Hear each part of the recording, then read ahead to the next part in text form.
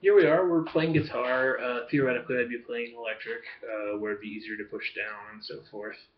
And you'll be playing your own electric. So first, before we even play, you're gonna have a geography test. That's gonna and let's totally de-intellectualize every concept of this, or that you're gonna construct a system like EADG beat. This is the country guitar. This is the city of G. This is the city of C. So there's the first dosage of info. This is G, and this is C. Just think about it in the other order. This is C, and this is G. And that makes sense, like, because C and G. So you kind of like, okay, yeah, it makes sense. And then at the 5th fret, we've got A and D. For some reason, A was the one that was generating brain force for you during the lesson. So A, like when you tune the 5th fret of the bass string is A. Cool. So right now we just said C, G, D, A, and there I made a point to start on the 5th string instead. So let's just do that first at home. Just go, okay, C, G, D, A. So you're not setting up a system where you have to think about it G, C, A, D.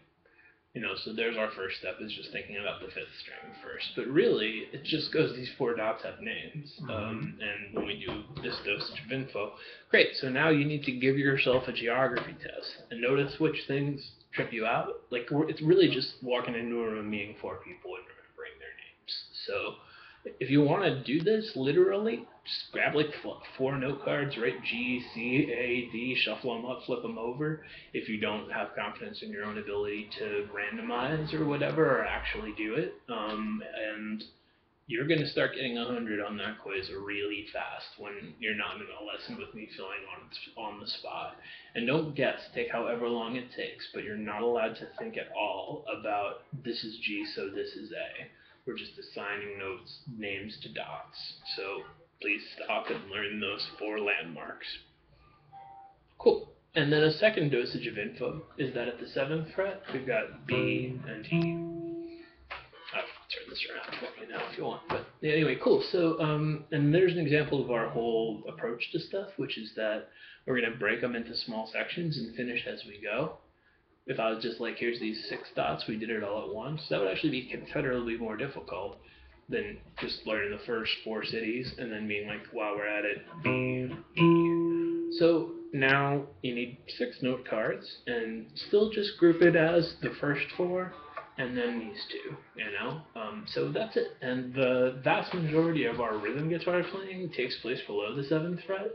So now you can play every chord everywhere if you know bar chords and figure out what you're doing. What I mean is, it's like D, flat, minor. Just not knowing note names makes all of that seem like way more complicated than it is.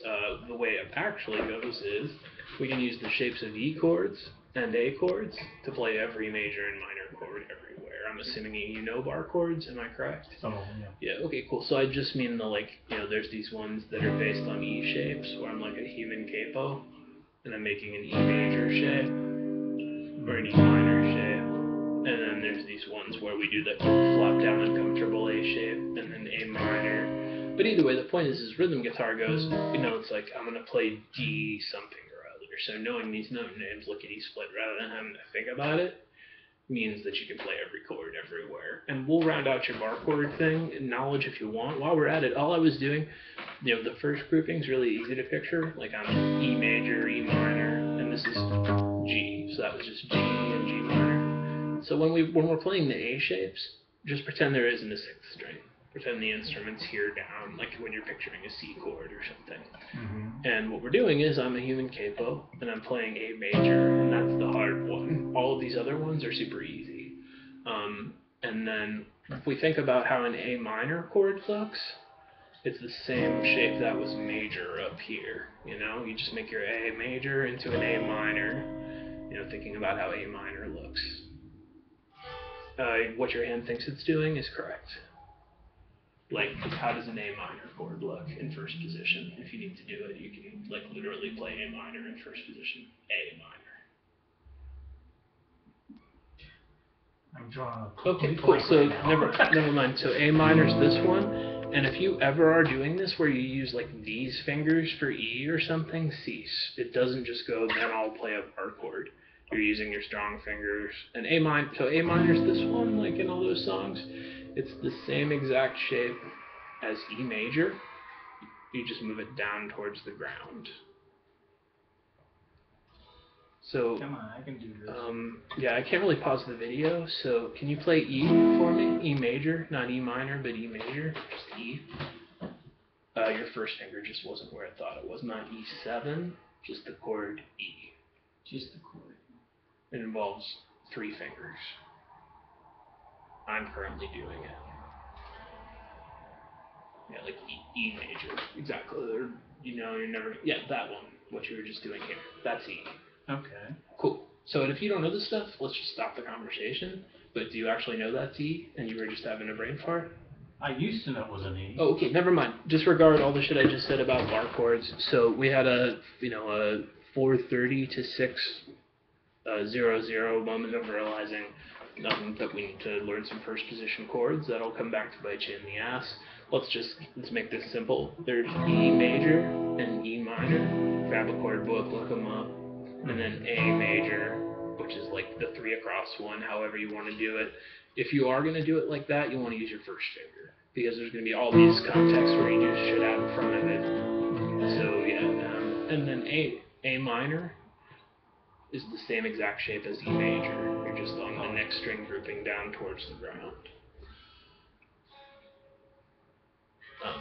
Anyway, theoretically here, like here's E major, and I just moved the entire thing down towards the ground. It seems like your first finger isn't moving or something. Yeah, that's A minor. And if we look at what actually changed, it was just like A major had this note in it, A minor has this note in it. So there, learn those 4 first position chords. I'm going to write them down on the page.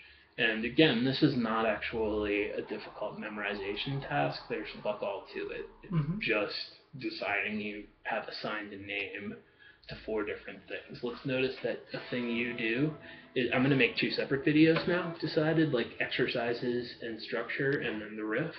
So right now we might as well round this out. So you had some song where E7 was in it. That's a more random chord to start with. So just don't think about E7 and then I changed it. Just there's this shape that's this, and it's called E major, you know? And let's recognize that what's happening is your first finger, your pointer finger, is ending up on the wrong string without you realizing it in a lot of different contexts. Anytime you see 2 fingers on the same string playing a chord, something is going wrong, because by definition, if I'm, so yeah, that just recognizing that was the tendency, was for you to like have your first finger on the 4th string, not the 3rd string. There's nothing to this. This is a first position chord that's in every song ever. So there you go. So then you just put your ring finger in the ballgame. Great. Let's just move that whole shape down towards the ground, including your first finger.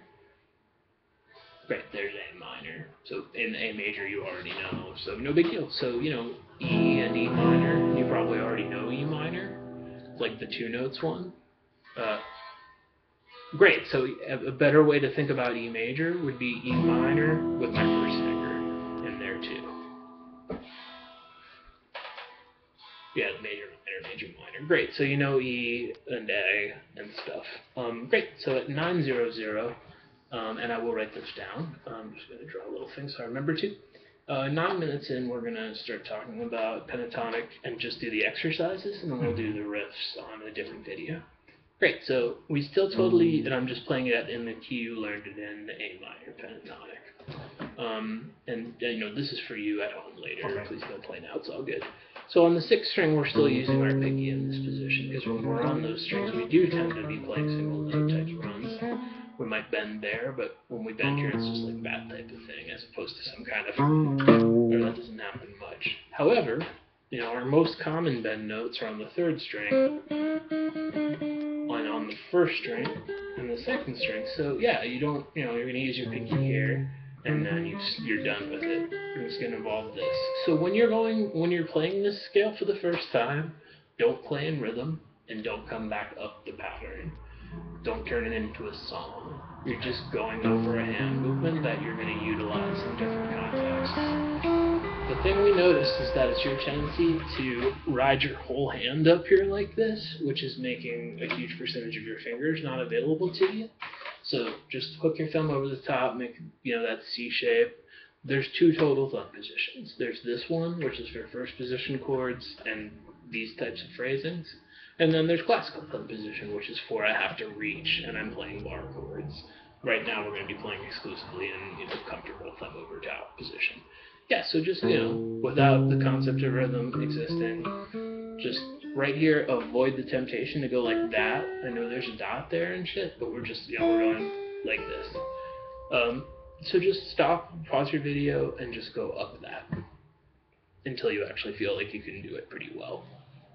Great, so now let's add a new layer to it, which is rhythm. Now you'll actually try to play it in rhythm, but just this fast.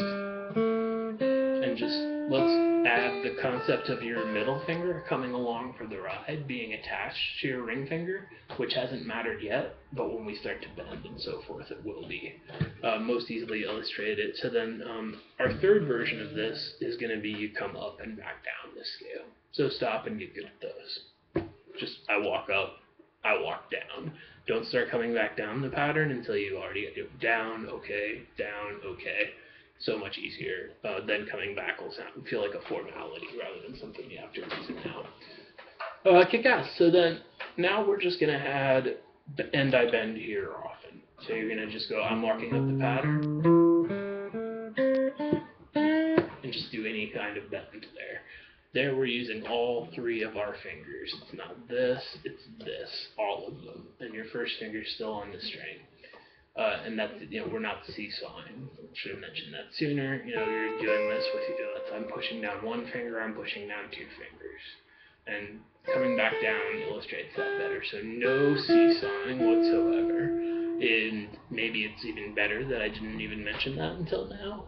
So no big deal.